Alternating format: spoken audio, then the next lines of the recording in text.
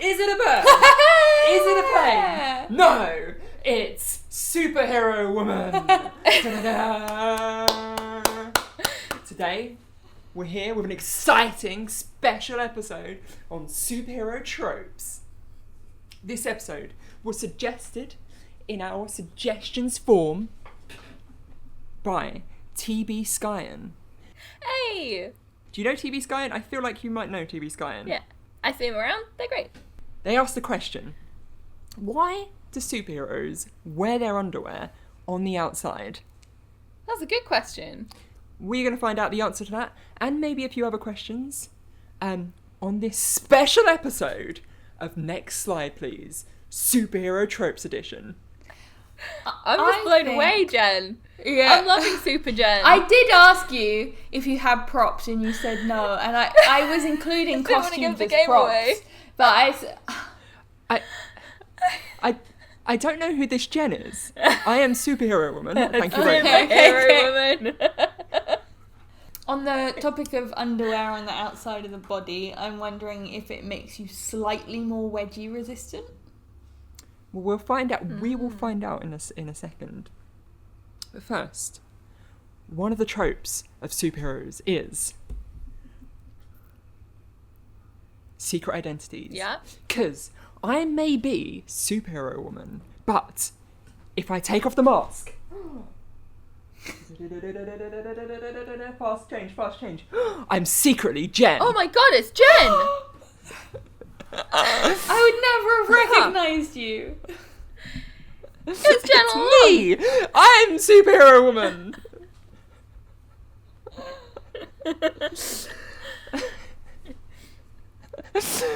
Oh, what a fun little joke that was. Were you all surprised? Did you? I couldn't see anything for the last 2 minutes. So I am not the only superhero with a secret identity. Bruce Wayne, secretly Batman. Peter Parker, secretly Spider-Man.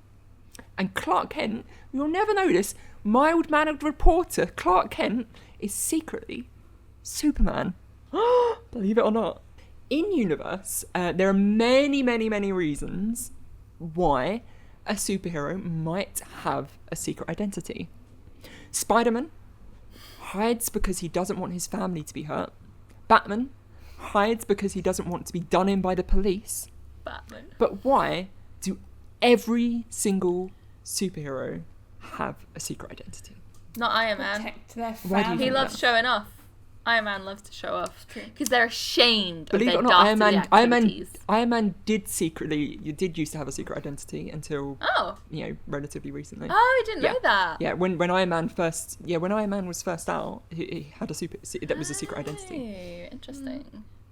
Change Yeah. things. Protect Yeah, the yeah, ones yeah. they love.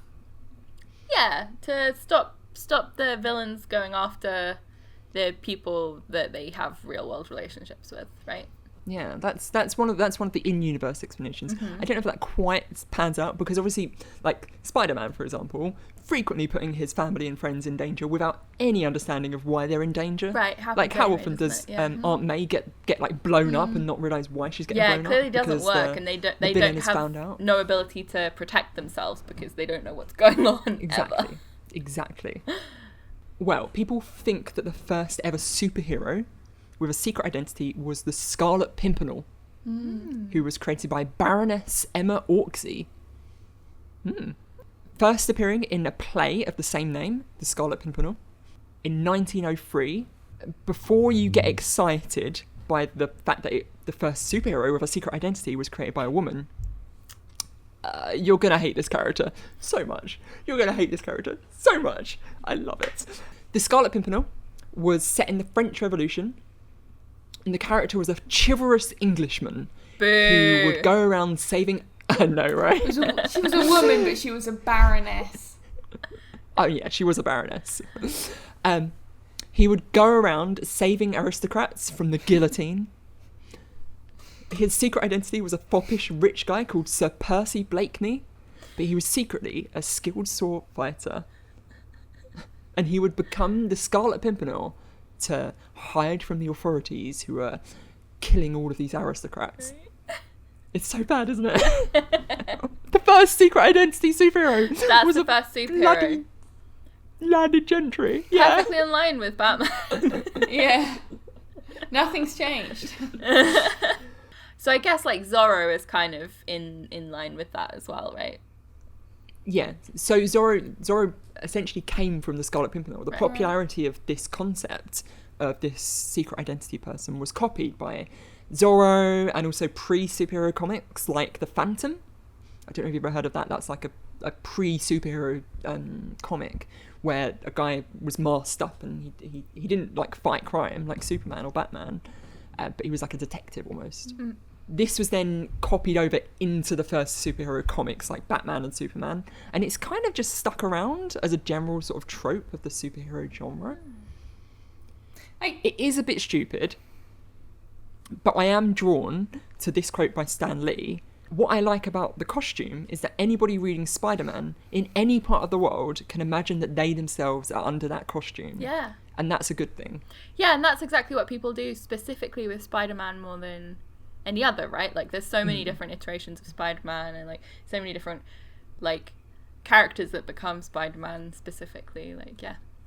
Moving on forwards to pow, whack, wham.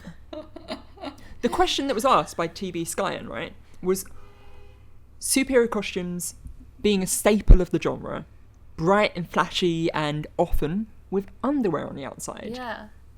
It's stupid, let's be fair. So why do superheroes have their underwear on the outside of their costumes? What's the deal with superheroes? What's the deal with superhero costumes? There are a couple of theories why superheroes have underwear on the outside.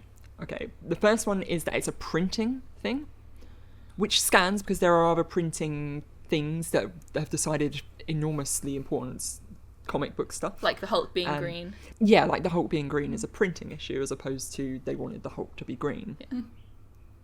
Because it was so expensive and difficult to get high quality printing, shading was practically impossible.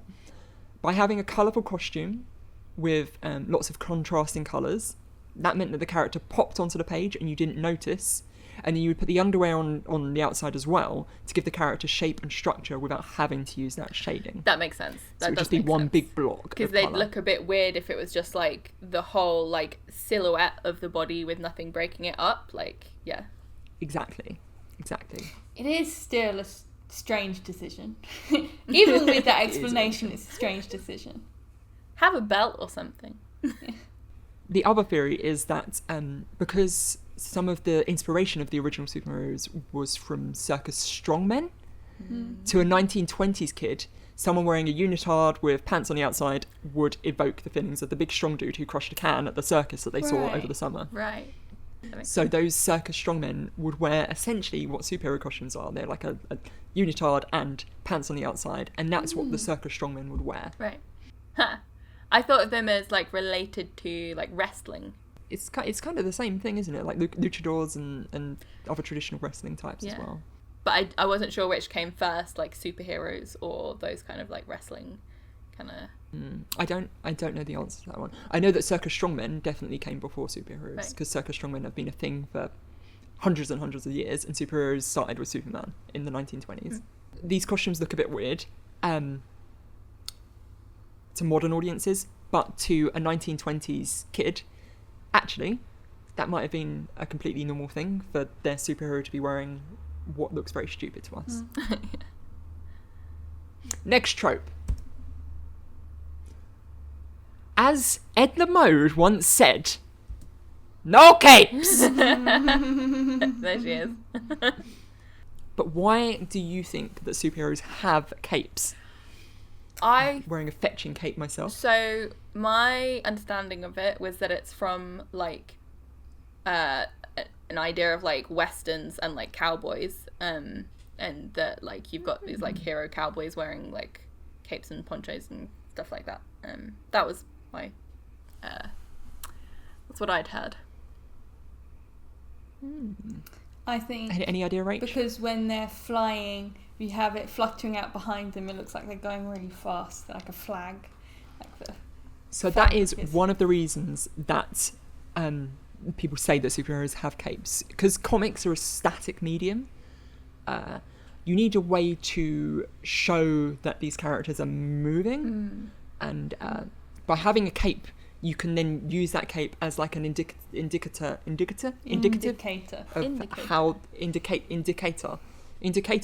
of how the character is moving. So you have the cape flying far away from them, and it's shows that they're moving really fast. Right, that makes sense. Like if you had like long hair or something as well, it would be very directional. Or Exactly. You can sort of have that movement. It's really like, oh yeah, this person is moving, this person is moving. Yeah.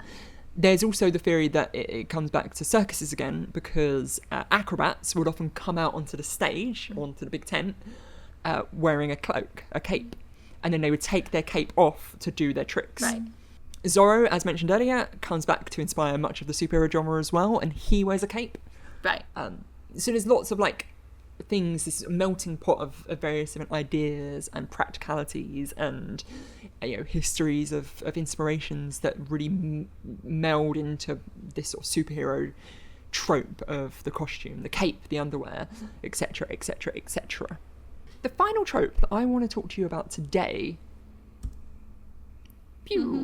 is comic book deaths.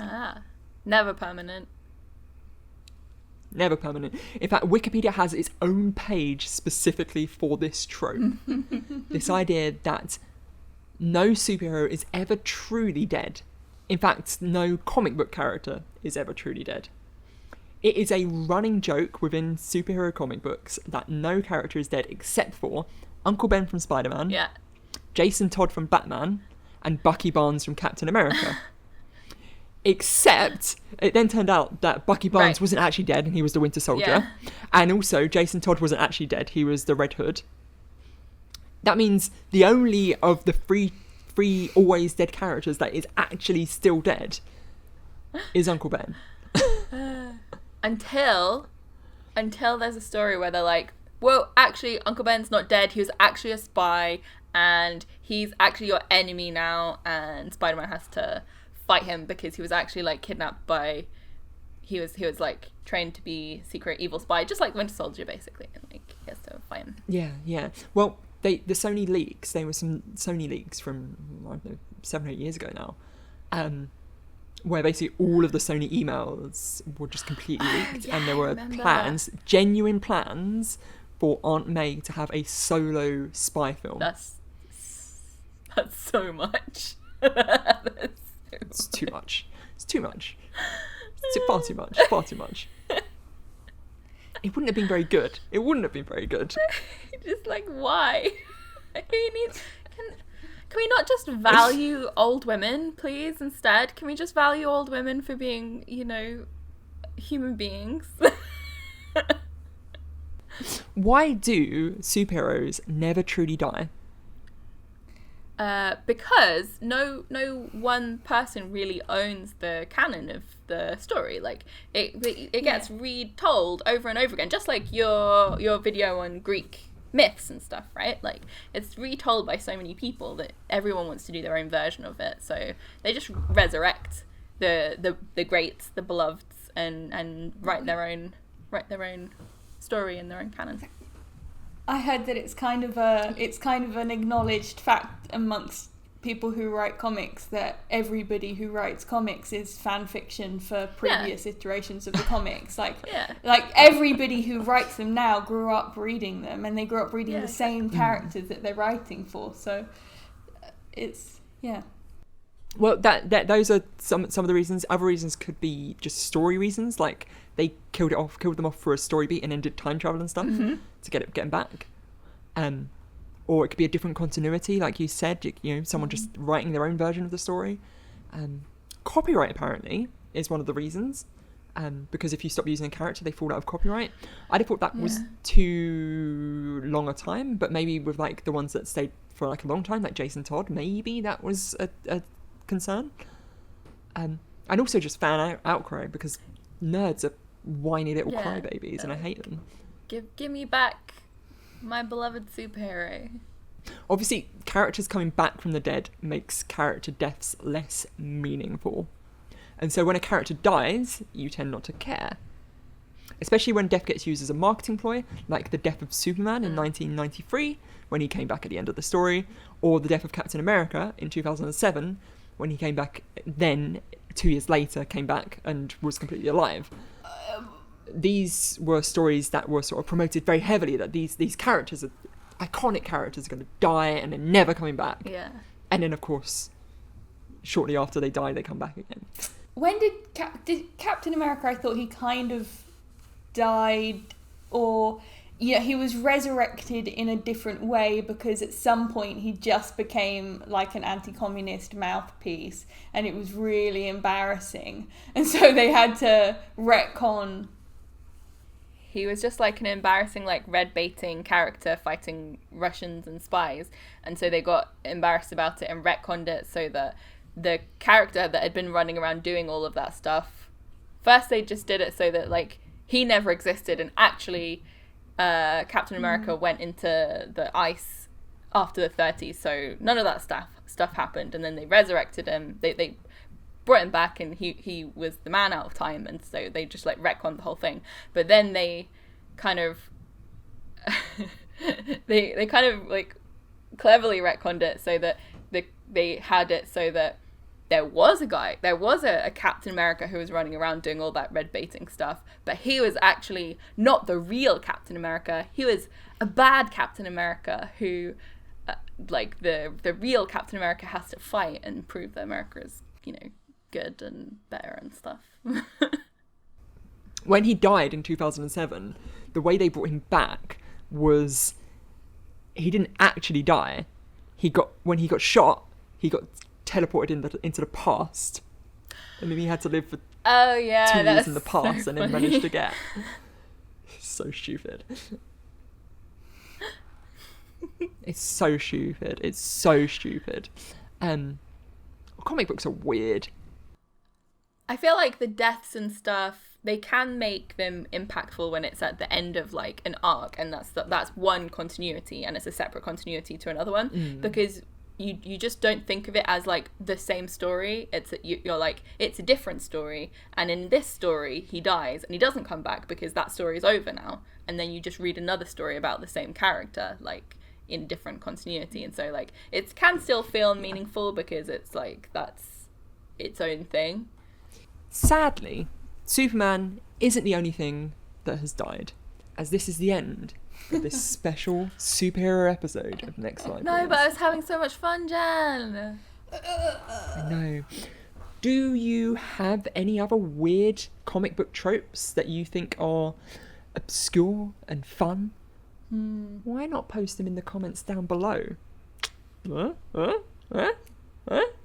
like a YouTuber thing. Engagement. Post a comment down below. Engage with us. Share us. Like the video. Subscribe. All of that kind of stuff. It would be very nice if you could do that. Or that will become the beginning of my supervillain origin story. I will hunt down everybody who watches this video and doesn't comment. What-oh. Rachel's gonna get you.